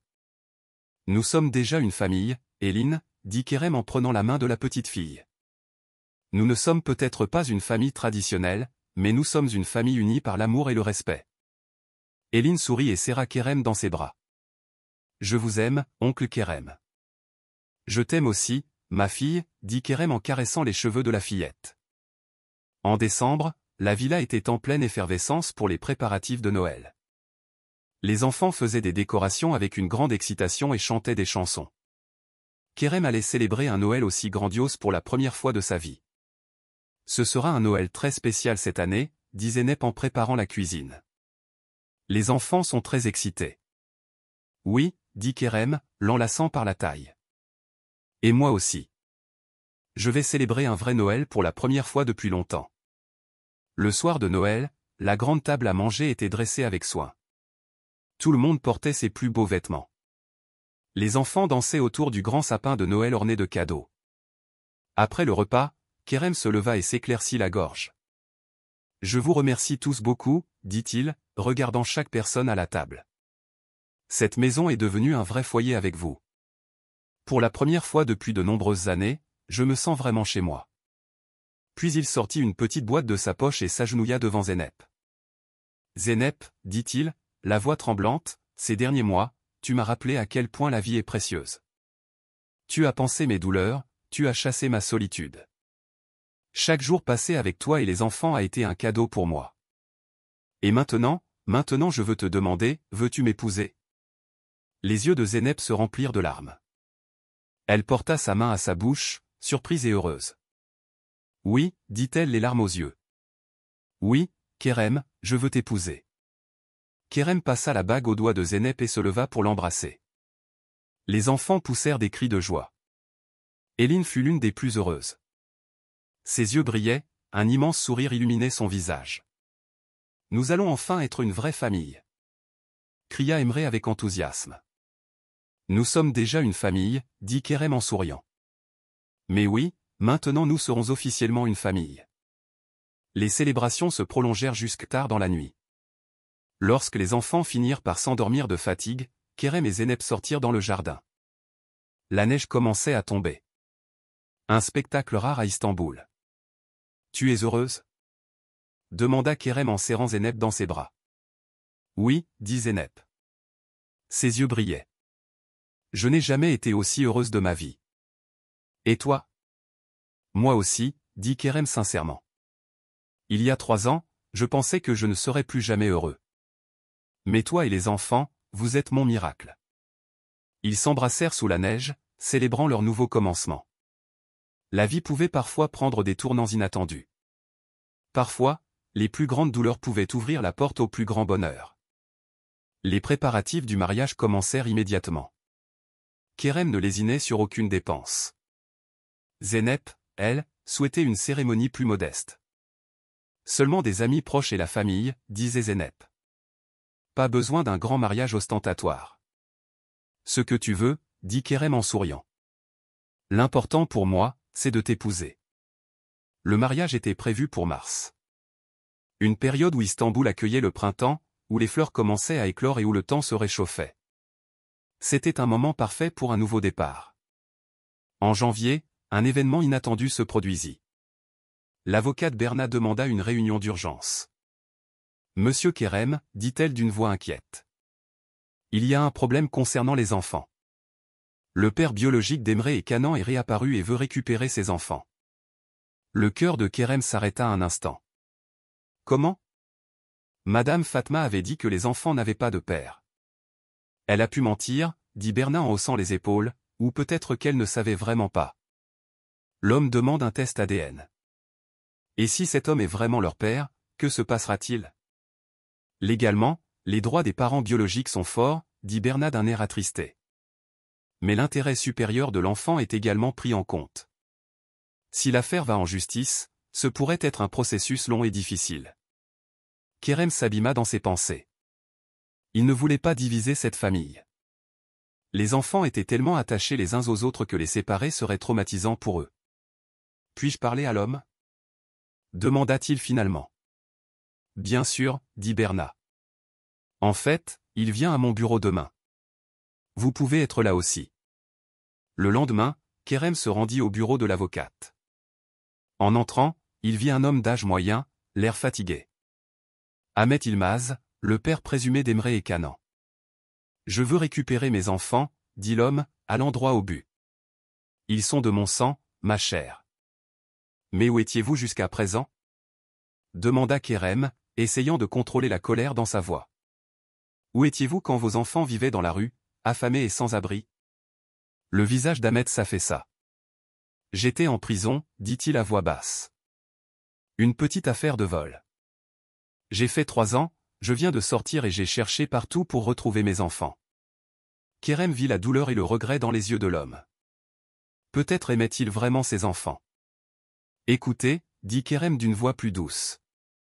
Les enfants sont en très bonne santé actuellement. Ils ont une maison sûre, des écoles, une famille. Voulez-vous les priver de cette stabilité? Je suis vraiment leur père, dit Ahmet avec obstination. Leur place est à mes côtés. Alors, pourrez-vous vous occuper d'eux? Avez-vous un travail, un logement, une situation financière? Ahmet hésita. Je n'ai pas encore de travail, admit-il. Mais j'en trouverai, je ferai tout pour mes enfants. Kerem prit une profonde inspiration. J'ai une proposition pour vous, dit-il finalement. Avant de prendre les enfants tout de suite, venez les voir. Voyez leur situation de vos propres yeux. Ensuite, je peux vous offrir un emploi chez AKNC Holding. Si vous voulez vraiment le bien de vos enfants, au lieu de les priver de leur stabilité actuelle, vous pouvez aussi rejoindre cette famille. Ahmet regarda Kerem avec étonnement. Pourquoi? Pourquoi m'aidez-vous? Parce que le bonheur des enfants est ma priorité absolue, dit Kerem sincèrement. Et si vous êtes vraiment leur père, vous devez être dans leur vie. Mais cela peut aussi se faire sans perturber leur arrangement actuel. Ahmet réfléchit longuement. D'accord, dit-il finalement. Je veux d'abord voir les enfants. Ensuite je réfléchirai. Kerem expliqua la situation à Zeynep ce soir-là. Zeynep était inquiète. Et s'il prend les enfants et s'en va? Demanda-t-elle, effrayée. Il ne partira pas, dit Kerem avec détermination. J'en suis sûr. J'ai vu un véritable amour dans les yeux de l'homme. Il veut juste retrouver ses enfants et peut-être qu'il pourra aussi faire partie de notre famille. Zeynep prit la main de Kerem. Tu es vraiment une personne extraordinaire, Kerem. Chaque jour, je t'aime davantage. Le lendemain, Ahmet arriva à la villa. Quand il vit les enfants, ses yeux se remplirent de larmes. Emre et Canan ne le reconnurent pas au début. Ils s'étaient séparés quand ils étaient très jeunes. Mais quand Ahmet les serra dans ses bras, une reconnaissance instinctive se produisit. Le petit Emre s'accrocha au cou de son père et se mit à pleurer. « Papa » murmura-t-il. « Tu es revenu. » Ahmet, serrant son fils dans ses bras, ne put retenir ses larmes. « Oui, mon fils, dit-il d'une voix tremblante. Je suis de retour et je ne partirai plus jamais. » Kerem regardait cette scène émouvante, les yeux également embués. C'est précisément pour cela qu'il voulait maintenir cette famille unie. Chaque enfant méritait l'amour de ses parents. En mars, Istanbul commençait à s'éveiller avec les premiers signes du printemps. Les arbres du jardin de la villa de Kerem AKNC bourgeonnaient. Les premières fleurs créaient un festival de couleurs. Les préparatifs du mariage étaient dans leur phase finale. Kerem et Zeynep avaient prévu une cérémonie petite mais élégante dans le jardin. Au cours de la dernière année, leur vie avait changé de manière incroyable. Une grande famille vivait désormais dans la villa. Ahmet, le père d'Emre et Canan, avait commencé à travailler au département de sécurité des AKNC Holding et avait pris un appartement dans la villa. Au début, tout le monde avait été hésitant, mais l'amour d'Ahmet pour ses enfants et ses efforts avaient dissipé les doutes à son égard. Kerem avait réussi à maintenir cette grande famille unie. Chacun avait son propre espace privé, mais en même temps, ils faisaient partie d'un tout. Les dîners étaient toujours pris tous ensemble, et les week-ends étaient consacrés à des activités de groupe. Une semaine avant le mariage, Kerem était dans son bureau en train d'examiner des documents quand on frappa à la porte. C'était Eline. Avec son expression sérieuse habituelle. « Oncle Kerem, dit-elle, allant droit au but, je voudrais vous demander quelque chose. »« Bien sûr, Eline, dit Kerem en souriant. »« Que puis-je faire pour toi? Vous, allez-vous être le père de moi et Denise, officiellement, après votre mariage avec ma mère ?» Kerem sursauta à cette question. Il avait bien sûr envisagé l'adoption en planifiant le mariage, mais il n'en avait pas encore discuté en détail avec Zeynep. « C'est une question très importante, Eline, dit-il d'un air pensif. L'adoption est un processus légal.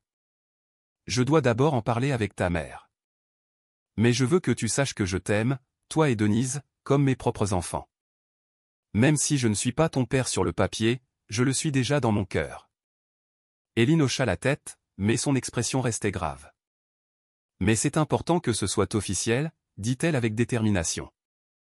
Certains enfants à l'école, ils ont les deux. Le nom de leur mère et de leur père est écrit sur leur carte d'identité. Pour nous, la section père est vide. Et parfois ils se moquent de nous à cause de ça. » Le cœur de Kerem se serra. La simple pensée qu'Eline soit victime d'intimidation à l'école l'attristait. « Je comprends, dit-il gentiment.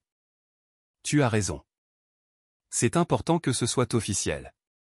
Et je te promets que j'en parlerai à ta mère. Nous pourrons entamer le processus d'adoption après le mariage. » Le visage d'Eline s'illumina. « Vraiment? Vous allez donc être mon père? » « Oui, dit Kerem avec un sourire sincère. Si tu le veux aussi, je serai honoré d'être ton père. » Eline se jeta soudainement dans les bras de Kerem. « Merci beaucoup, murmura-t-elle. Je vous aime beaucoup. Je t'aime aussi, ma fille, dit Kerem en caressant les cheveux de la fillette. Le jour du mariage, la villa était en fête. Le jardin était décoré de fleurs blanches et roses. Un petit autel élégant avait été dressé. Environ 50 invités étaient assis sur des chaises disposées sur la pelouse, des amis proches, des collègues de travail, et bien sûr, tous les habitants de la villa. Kerem, en costume, attendait avec impatience. À ses côtés, son meilleur ami et témoin, Serkan. « Détends-toi, murmura Serkan. Tout va être parfait. » Lorsque la musique commença, tout le monde se leva. D'abord, les enfants qui marcheraient avec la mariée apparurent. Eline portait une robe blanche et tenait un petit panier de fleurs. À ses côtés, Elif et Canan marchaient en souriant, vêtus de robes similaires. Derrière elles venaient Emre et Selim, fiers dans leurs petits costumes. Le bébé Denise, qui avait maintenant plus d'1 an, était porté dans les bras par la cousine de Zeynep. Et puis Zeynep apparut. Kerem eut le souffle coupé. Zeynep portait une robe de mariée simple mais élégante. Ses cheveux étaient ornés de fleurs printanières. Son visage rayonnait d'un pur bonheur. Zeynep marcha lentement vers Kerem. Quand leurs regards se croisèrent, le monde sembla s'arrêter. Il n'y avait que deux à ce moment-là, et l'amour infini entre eux. L'officier d'état civil commença la cérémonie officielle. Les vœux furent prononcés. Les alliances furent échangées et enfin vint le moment tant attendu. « Je vous déclare mari et femme. Le marié peut embrasser la mariée. » Kerem attira doucement Zeynep vers lui et l'embrassa. Les invités applaudirent tandis que les enfants poussaient des cris de joie. Eline souriait les larmes aux yeux. Après la cérémonie, une réception fut organisée dans le jardin. La musique jouait, les gens dansaient, riaient et discutaient. Kerem n'avait jamais été aussi heureux de sa vie. « Comment vous sentez-vous, monsieur Akansé ?» demanda Zeynep en enlaçant le bras de Kerem. « Magnifiquement, Madame Akansé, dit Kerem en souriant. Je n'ai jamais rien fait de plus juste de ma vie. » À ce moment, un petit groupe d'enfants courut vers eux. Eline en tête, les autres la suivaient. « Maman! Papa Kerem !» cria Eline avec enthousiasme. « Maintenant, nous avons une surprise pour vous. » Les enfants présentèrent un petit spectacle de danse qu'ils avaient préparé. Ils avaient tous travaillé dur et leurs mouvements étaient presque parfaits. Les invités regardaient avec admiration tandis que Kerem et Zeynep souriaient fièrement. Lorsque le spectacle fut terminé, tout le monde applaudit. Eline s'approcha de Kerem. « Vous avez aimé ?» demanda-t-elle, les yeux brillants. C'était magnifique, dit Kerem en caressant les cheveux de la fillette. Je suis fier de vous tous. Papa Kerem, dit Eline, s'adressant à lui de cette manière pour la première fois. Nous sommes vraiment une famille maintenant, n'est-ce pas? Oui, ma fille, dit Kerem, ému. Nous sommes vraiment une famille. Pour leur lune de miel, Kerem et Zeynep avaient prévu d'aller en Cappadoce. Mais comme ils ne voulaient pas se séparer des enfants, ils décidèrent d'y aller tous ensemble. Ce ne sera pas une lune de miel très traditionnelle, dit Zeynep en souriant. Mais nous ne sommes déjà pas une famille traditionnelle. J'aime tout ce qui n'est pas traditionnel, dit Kerem en embrassant sa femme, surtout toi et nos enfants. Les jours en Cappadoce furent parmi les plus beaux de leur vie. Ils firent tous ensemble des balades en montgolfière, explorèrent les vallées. Ils séjournèrent dans des hôtels troglodytes. Ce fut une expérience magique pour les enfants. Ils créèrent des souvenirs qu'ils n'oublieraient jamais de leur vie. À leur retour, Kerem et Zeynep entamèrent le processus d'adoption. Non seulement pour Eline et Denise, mais aussi pour les autres enfants. Avec le consentement des parents biologiques, Kerem et Zeynep obtinrent la garde conjointe de tous les enfants. Ainsi, ils devinrent une grande famille aussi sur le papier. Au cours de ce processus, un développement inattendu se produisit. Zeynep apprit qu'elle était enceinte. Au début, elle fut inquiète. Ils étaient déjà jeunes mariés. Ils avaient 6 enfants. Un autre bébé pourrait compliquer les choses. Kerem, dit-elle un soir après que les enfants se soient couchés, je dois te dire quelque chose. Kerem fut inquiet du ton sérieux de sa femme. Qu'y a-t-il? Y a-t-il un problème? Non, enfin, peut-être, dit Zeynep avec hésitation. Je suis enceinte. Le visage de Kerem s'illumina. Enceinte? C'est une excellente nouvelle. Vraiment? Demanda Zeynep avec surprise. Je veux dire, nous avons déjà 6 enfants. Un de plus. Un de plus ne fera qu'ajouter plus d'amour à nos vies, dit Kerem en prenant les mains de sa femme. Cet enfant sera le fruit de notre amour, et nos autres enfants seront sûrement très heureux. Zeynep sourit, soulagée. Tu as raison. Ce bébé complétera notre famille.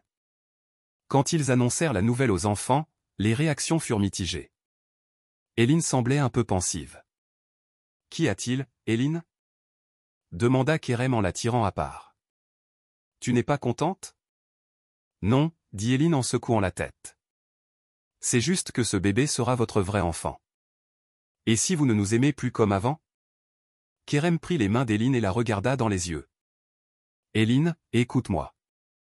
Ce bébé sera notre enfant biologique, oui. Mais toi et les autres, vous êtes aussi nos vrais enfants. L'amour ne se divise pas, il se multiplie. Le nouveau bébé ne diminuera pas notre amour. Au contraire, il l'augmentera. Promis? Demanda Eline, les yeux méfiants. Je te le promets, dit Kerem d'un air sérieux. Tu seras toujours ma première fille. Spéciale et unique. Eline finit par sourire et serra Kerem dans ses bras. D'accord, alors je peux aussi aimer mon frère ou ma sœur. À l'automne, le ventre de Zeynep était bien visible. Le médecin avait dit que le bébé était en bonne santé et qu'ils attendaient une petite fille. Kerem et Zeynep avaient un peu discuté du nom. Je pense que ce devrait être Sevda, dit Zeynep un jour, en souvenir de sa première épouse. Kerem fut ému. Tu es sûr? Ce ne sera pas difficile pour toi? Non, dit Zeynep en souriant. Sevda faisait partie de ta vie et maintenant, c'est une belle façon de faire vivre ce souvenir. Merci, dit Kerem en serrant sa femme dans ses bras. Mais je pensais à un autre nom, Sevji. Parce que ce bébé est un symbole de l'amour entre nous tous. Zeynep réfléchit et hocha la tête. Sevji. Oui, un nom parfait. Fin octobre, Sevji vint au monde. C'était un beau bébé en bonne santé. Elle avait les cheveux foncés et des yeux qui ressemblaient à ceux de Kerem. Les autres enfants étaient émerveillés par leur nouvelle sœur. Eline, en particulier, avait adopté une attitude protectrice envers le bébé. C'est ma sœur tout de suite, disait-elle fièrement à tout le monde. Je vais m'occuper d'elle, comme je me suis occupé de Denise. En observant le bonheur de cette grande famille, Kerem pensait à la façon dont la vie pouvait prendre des tournants étranges. 3 ans auparavant, lorsqu'il avait perdu sa femme et sa fille, il avait pensé qu'il ne serait plus jamais heureux. Mais maintenant, il était entouré d'amour, cet enfant, leurs parents, et sa chère épouse Zeynep, tous lui avaient redonné le goût de vivre. Cependant, le bonheur est parfois assombri. À l'arrivée de l'hiver, un problème inattendu surgit. Le directeur de l'école d'Éline convoqua Kerem en urgence. « Monsieur Kerem », dit le directeur d'un air grave. Le père biologique d'Éline est réapparu. Il réclame le droit de garde. Le cœur de Kerem s'arrêta. Quoi? Comment? Zeynep avait dit qu'Éline n'avait pas de père. Elle ne le savait peut-être pas, dit le directeur en haussant les épaules. L'homme dit qu'il veut un test ADN, et s'il est vraiment le père d'Éline, il a des droits légaux. Kerem sortit du bureau, sous le choc. Il ne savait pas qui était cet homme, ni ce qu'il voulait. Mais il était sûr d'une chose, il ne céderait pas Éline. Cette fille était sa fille maintenant. Sur le papier et dans son cœur. Rentré à la maison, il expliqua la situation à Zeynep. Le visage de Zeynep pâlit. « Mura » murmura-t-elle. Comme si elle avait vu un fantôme. Impossible. Il a disparu il y a des années. Avant la naissance d'Éline. Qui est ce Mura? Demanda Kerem en fronçant les sourcils. Zeynep prit une profonde inspiration. Mon ex-petit ami, de l'université. Nous nous sommes séparés quand j'étais enceinte d'Éline. Quand je lui ai dit que j'étais enceinte, il n'a pas voulu prendre ses responsabilités et a disparu. Je n'ai plus jamais eu de nouvelles. Le nom de son père ne figure même pas sur l'acte de naissance d'Éline. Alors pourquoi est-il revenu maintenant? Que veut-il? Je ne sais pas, dit Zeynep, inquiète. Mais nous ne lui donnerons pas Éline. C'est ma fille. Notre fille. Le lendemain, Kerem rencontra son avocate, Maître Berna. Il expliqua la situation et lui demanda ce qu'il pouvait faire. C'est une situation difficile, dit Berna d'un air pensif. Si le test ADN est positif, l'homme a des droits légaux. Mais l'intérêt supérieur de l'enfant est également pris en compte. Éline a une vie stable. Elle vous aime, elle veut vivre avec vous. Ces facteurs seront importants devant le tribunal. Je ferai tout, dit Kerem avec détermination. Tout pour ne pas perdre Éline. Ce soir-là, ils décidèrent de parler à Éline. La jeune fille accueillit la situation avec beaucoup de maturité, mais la peur dans ses yeux était évidente. « Je veux rester avec vous », dit-elle d'une voix tremblante. « Vous êtes ma famille. » Qui est cet homme? Pourquoi est-il venu maintenant? Où était-il pendant toutes ces années? Je ne sais pas, ma chérie, dit Zeynep en serrant sa fille dans ses bras. Mais je te promets que nous te protégerons. Ton bonheur est notre priorité absolue. 2 jours plus tard, Mura vint au bureau de Kerem. C'était un homme d'environ 35 ans, élégamment vêtu. Il avait un regard similaire à celui d'Éline, mais beaucoup plus froid. « Je veux voir ma fille, dit-il, allant droit au but. »« Pourquoi » demanda Kerem, essayant de rester calme. « Pourquoi réapparaissez-vous après 10 ans » Mura soupira. « C'est une longue histoire, mais en bref, ma vie est en ordre maintenant. Je suis en mesure de m'occuper d'une famille, et Éline est ma fille. Je veux la connaître, passer du temps avec elle. Mais si elle ne veut pas vous connaître, si elle a peur de vous? C'est ma fille, dit Mura en haussant la voix, j'ai des droits légaux. Kerem essaya de contrôler sa colère. Écoutez, monsieur Mura, Éline est une enfant très sensible. Elle a vécu de grands traumatismes. Maintenant, elle a une vie stable pour la première fois. La lui arracher lui ferait du mal. Je ne veux pas lui faire de mal, dit Mura en baissant la voix. Je veux juste connaître ma fille. Peut-être au début seulement des visites, puis peut-être les week-ends. Kerem réfléchit. Peut-être y avait-il un compromis. Peut-être que Mura avait vraiment changé et voulait établir une relation avec sa fille. J'ai une proposition pour vous, dit-il finalement. Faisons d'abord le test ADN. Si vous êtes vraiment le père d'Éline, vous pourrez la voir. Mais sous notre surveillance et les souhaits d'Éline seront toujours prioritaires. Si elle ne veut pas vous voir, vous ne la forcerez pas. Mura réfléchit un moment. Puis il hocha la tête. D'accord, c'est une offre juste. Le test ADN fut effectué et les résultats furent attendus. Pendant ce temps, Kerem et Zeynep portèrent une attention particulière à Eline. La jeune fille semblait comprendre la gravité de la situation et était plus attachée à Kerem que jamais. « Papa Kerem, dit-elle un jour alors qu'ils étaient assis ensemble dans le jardin, vous êtes mon père. Personne ne peut changer ça, n'est-ce pas? Non, personne ne peut changer ça, dit Kerem sincèrement. Je serai toujours ton père. Eline, dans mon cœur et dans ma vie. Alors, il n'y a rien à craindre, dit Eline avec une maturité surprenante. Parce que c'est le lien du cœur qui compte, n'est-ce pas? Kerem fut une fois de plus étonné par la sagesse de cette petite fille. Oui, exactement. C'est le lien du cœur qui compte. Lorsque les résultats du test ADN arrivèrent, personne ne fut surpris. Murat était bien le père biologique d'Eline. Cependant, la bataille pour la garde que Kerem et Zeynep craignaient ne commença pas.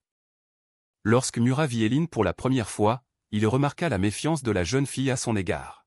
« Bonjour Eline, dit-il avec un sourire tendu. Je suis ton père biologique. » Eline se cacha derrière la jambe de Kerem. « Je sais, dit-elle d'une voix froide. Mais mon père, c'est papa Kerem. » Murat sursauta à cette réponse, mais hocha ensuite lentement la tête. « Je comprends et je respecte. Peut-être qu'avec le temps tu voudras aussi me connaître. Je ne suis pas pressé. » Ce début fut le commencement d'une collaboration inattendue. Murat ne força pas Eline. Au lieu de cela, il commença à lui rendre visite de temps en temps, à lui apporter des cadeaux et à passer du temps avec elle. Eline s'habitua à lui avec le temps, mais continua de considérer Kerem comme son père. 10 ans plus tard, au printemps 2035, il y avait une grande fête dans le jardin de la villa de Kerem à KNC. Eline avait maintenant 18 ans et avait terminé le lycée avec les honneurs. Un avenir brillant l'attendait, avec une bourse d'études en service social à l'université de Boğaziçi, l'une des meilleures universités du pays. Aux tables du jardin étaient assis tous les membres de la grande famille. Kerem et Zeynep vivaient le bonheur de leurs 10 ans de mariage. Maintenant, les tempes de Kerem étaient parsemées de plus de fils d'argent. De fines rides étaient apparues au coin des yeux de Zeynep. Mais l'éclat de leurs yeux était aussi vif qu'au premier jour. Sevgi, 9 ans, courait dans le jardin avec ses frères et sœurs. Avec ses longs cheveux foncés et son regard vif qui ressemblait à celui de son père, elle était comme la seconde chance de Kerem. Denise avait maintenant 11 ans et était aussi intelligente et pensive que sa sœur aînée, Eline. Les autres enfants avaient également grandi. Certains étaient allés à l'université. D'autres avaient trouvé un métier. Mais ils se réunissaient toujours fréquemment. Ils continuaient de faire partie de cette grande famille. « Attention, s'il vous plaît !» s'écria Kerem, levant son verre. Aujourd'hui, nous avons une double célébration, la remise de diplôme d'Eline et aussi l'ouverture officielle de la Fondation des frères et sœurs. Tout le monde applaudit. Un sourire fier était sur le visage d'Eline. Le projet sur lequel elle travaillait depuis de nombreuses années était enfin devenu réalité. Eline se leva. C'était maintenant une jeune femme grande et confiante. Mais la détermination de la petite fille de 8 ans était toujours présente dans ses yeux. « Merci à vous tous, dit-elle, la voix tremblante. Ce projet a commencé avec l'histoire de nous tous. Nous, des enfants de différentes familles, avons réussi à rester ensemble, mais de nombreux frères et sœurs sont séparés par le système. Mon rêve était de créer un endroit où les frères et sœurs pourraient rester ensemble, grandir avec amour. Et aujourd'hui, avec le soutien de mon père Kerem et d'AKNC Holding, ce rêve est devenu réalité. La fondation des frères et sœurs avait été créée sur l'idée d'Eline et avec le soutien financier de Kerem. Son objectif était de permettre aux frères et sœurs orphelins d'être adoptés ensemble sans être séparés. La fondation fonctionnerait dans un grand bâtiment à Istanbul. Elle offrirait à la fois un hébergement temporaire et des services de conseil. Ce projet, continua Eline, a commencé il y a 10 ans, quand j'ai demandé dans un restaurant, puis-je prendre les boîtes vides pour ma sœur? Ce jour-là, quand mon père Kerem m'a écouté, il n'a pas seulement changé la vie de Denise et la mienne, il a changé la vie de nombreux enfants. Et maintenant, avec cette fondation, nous allons changer la vie de centaines d'autres enfants. Kerem écoutait Eline, les larmes aux yeux. Cette petite fille était maintenant une pionnière du changement social, et tout cela avait commencé par une simple demande de boîte de soda vide dans un restaurant. Tandis que la célébration continuait, Kerem se plongea un instant dans ses pensées. Les 10 dernières années avaient été les plus riches et les plus significatives de sa vie. Quand il avait perdu Sevda et Zehra, il avait pensé qu'il ne pourrait plus jamais être heureux. Mais la vie lui avait donné une seconde chance. Maintenant, il avait 8 enfants, leurs conjoints, et même les enfants de certains d'entre eux, une grande famille aimante. AKNC Holding avait également changé pendant ce processus. Kerem avait axé son entreprise sur des projets de responsabilité sociale. Il avait ouvert des crèches pour ses employés, lancé des programmes de bourse et de soutien pour les familles à faible revenu. Et maintenant, la fondation des frères et sœurs d'Eline serait le plus important de ses projets. « Tu es perdu dans tes pensées ?» demanda Zeynep en s'asseyant à ses côtés. Même 10 ans plus tard, le cœur de Kerem s'accélérait quand il regardait sa femme. « Oui, » dit Kerem en souriant. « Je pensais aux 10 dernières années. Tant de choses ont changé. » « Et comment ?» dit Zeynep en prenant la main de son mari. « Parfois, je me demande ce qu'auraient été nos vies si tu n'avais pas suivi Eline ce jour-là. »« Je ne veux même pas y penser, » dit Kerem sincèrement. « Ce jour-là a été le tournant de ma vie. Vous m'avez tous redonné le goût de vivre. » À ce moment-là, Eline vint les rejoindre. Il y avait à la fois de l'excitation et une légère inquiétude sur son visage. « Papa Kerem, maman, » dit-elle en s'asseyant à leur côté. « Je dois vous dire quelque chose. »« Qu'y a-t-il, ma chérie ?» demanda Zeynep en prenant la main de sa fille. « Moi, je veux faire un master à l'étranger après l'université. Dans le domaine du service social. Ensuite, je reviendrai et je ferai de la Fondation des Frères et Sœurs une organisation internationale. » Kerem sourit fièrement. « C'est une excellente idée, Eline. Nous te soutiendrons toujours. Mais ce sera difficile d'être loin de vous, » dit Eline, les larmes aux yeux. « Sans vous, je ne serais pas là aujourd'hui. Vous êtes mon héros. » Kerem serra sa fille dans ses bras. « Non, Eline, tu es ton propre héros. Ce jour-là, dans ce restaurant, c'est toi qui es venu courageusement me demander de l'aide. C'est toi qui as pris tes responsabilités pour ta sœur, pour les autres enfants. J'ai juste suivi ton chemin. Tu as montré la voie. » Eline essuya ses larmes et sourit. « Quand même, sans vous. Il y en aurait eu un autre, » dit Kerem gentiment. « Ton cœur est si grand, ton esprit si fort que tôt ou tard quelqu'un t'aurait remarqué. J'ai juste eu de la chance d'être cette personne. » Eline serra Kerem et Zeynep dans ses bras. Une étreinte à 3, comme un résumé d'un voyage de 10 ans. Tout au long de la célébration, Kerem rencontra également des personnes de son passé. Oncle Zeda, le ferrailleur, était maintenant âgé mais avait toujours ses yeux vifs. Kerem lui avait versé une pension de retraite spéciale, lui assurant une vie confortable. Les yeux de Herzeda se remplirent de larmes en voyant Eline. « Regarde-moi ça, » dit-il d'une voix tremblante. « Cette petite fille a maintenant fondé une grande fondation. Je lui disais toujours qu'elle ferait de grandes choses. J'avais raison. » Nura était aussi là. Au fil des ans, un lien s'était créé entre lui et Eline. Ils n'étaient peut-être pas père et fille, mais ils avaient une relation spéciale. Nura observait les réussites d'Eline de loin, entrant et sortant parfois de sa vie. « Je suis fier, » dit Nura à Kerem, et reconnaissant. « Sans vous, je n'aurais peut-être jamais connu ma fille. »« Le bonheur d'Eline est le plus important, » dit Kerem sincèrement, « et elle est heureuse avec nous tous. Nous sommes devenus une grande famille. » Alors que la soirée avançait, le ciel se remplit d'étoiles. Les lumières du jardin créaient une ambiance chaleureuse. Les enfants couraient. Les jeunes dansaient au son de la musique, les personnes âgées discutaient. Un tableau familial parfait. Vers minuit, Kerem se retira dans un coin du jardin et regarda le ciel. À ce moment, il sentit Sevda et Zehra à ses côtés. Ce n'était plus un souvenir douloureux, mais une douce nostalgie. Il savait qu'il les aimerait toujours et qu'elles seraient toujours dans son cœur. Mais maintenant, il avait une nouvelle vie, une nouvelle famille. « Merci », murmura-t-il au ciel. « De m'avoir donné une seconde chance. » Le lendemain, la Fondation des Frères et Sœurs fut officiellement inaugurée. Le grand bâtiment moderne s'élevait dans un quartier central d'Istanbul. De nombreuses personnalités du monde des affaires, de la politique et des médias assistèrent à l'ouverture. Mais le plus important était la présence des premiers invités de la fondation, 12 groupes de frères et sœurs en danger de séparation. Les yeux d'Éline brillaient lorsqu'elle coupa le ruban inaugural. À ses côtés se tenaient Kerem, Zeynep et toute sa famille. Cette fondation, dit Éline au microphone, est le fruit d'une histoire qui a commencé avec le courage d'une enfant et la compassion d'un adulte. Parfois, les plus petites questions peuvent déclencher les plus grands changements. Ma question était, puis-je prendre les boîtes vides pour ma sœur? Cette question a été le début d'un voyage qui a changé non seulement ma vie, mais qui va changer la vie de centaines d'enfants. Kerem écoutait sa fille avec fierté. Éline n'avait pas seulement changé sa propre vie, elle était devenue une pionnière de la transformation sociale. Le courage et la détermination d'une petite enfant avaient ouvert le cœur d'un millionnaire, et ce cœur ouvert avait éveillé la conscience d'une société. Après l'ouverture, une chaîne de télévision nationale voulut interviewer Éline.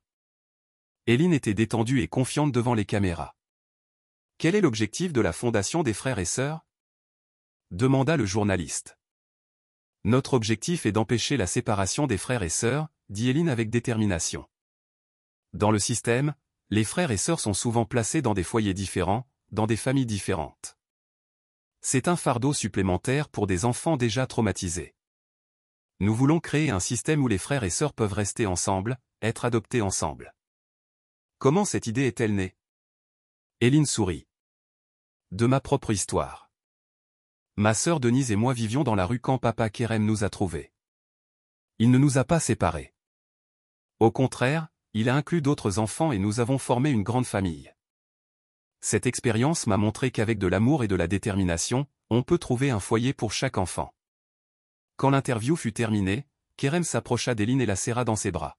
« C'était magnifique, dit-il avec fierté. Tu es une personne extraordinaire, Éline. J'ai appris de toi, dit Éline en souriant.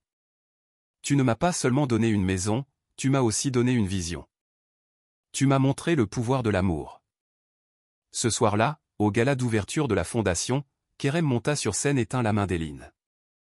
Cette fondation, dit-il à la foule, a commencé avec le courage et la détermination d'une enfant.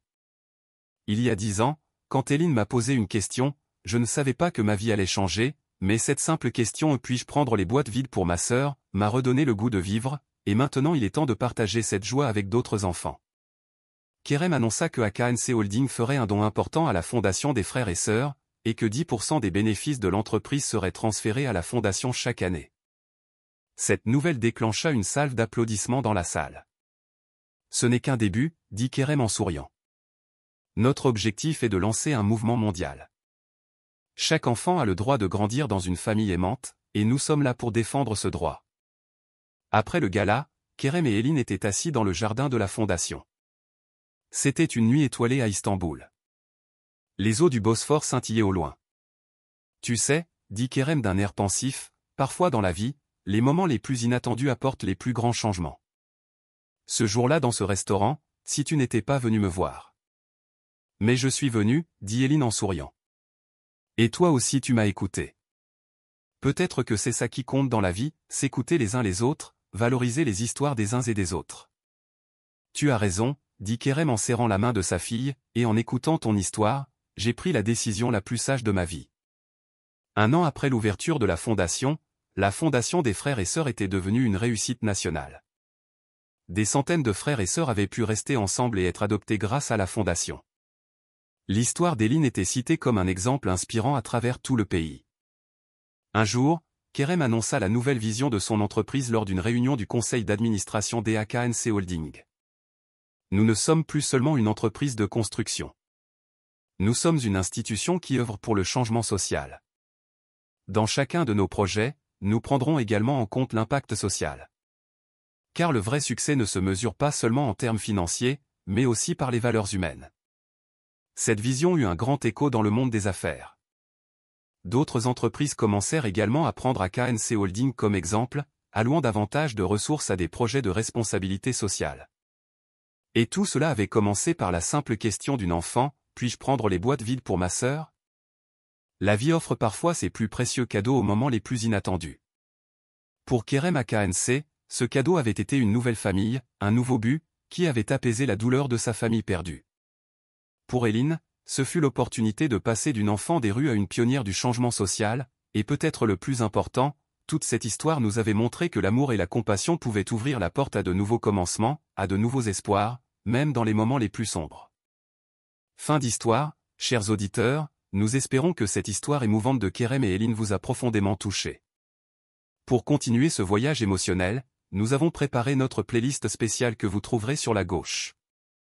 D'autres histoires tout aussi touchantes vous y attendent. Si vous avez aimé cette histoire, n'oubliez pas de vous abonner à notre chaîne et d'aimer la vidéo.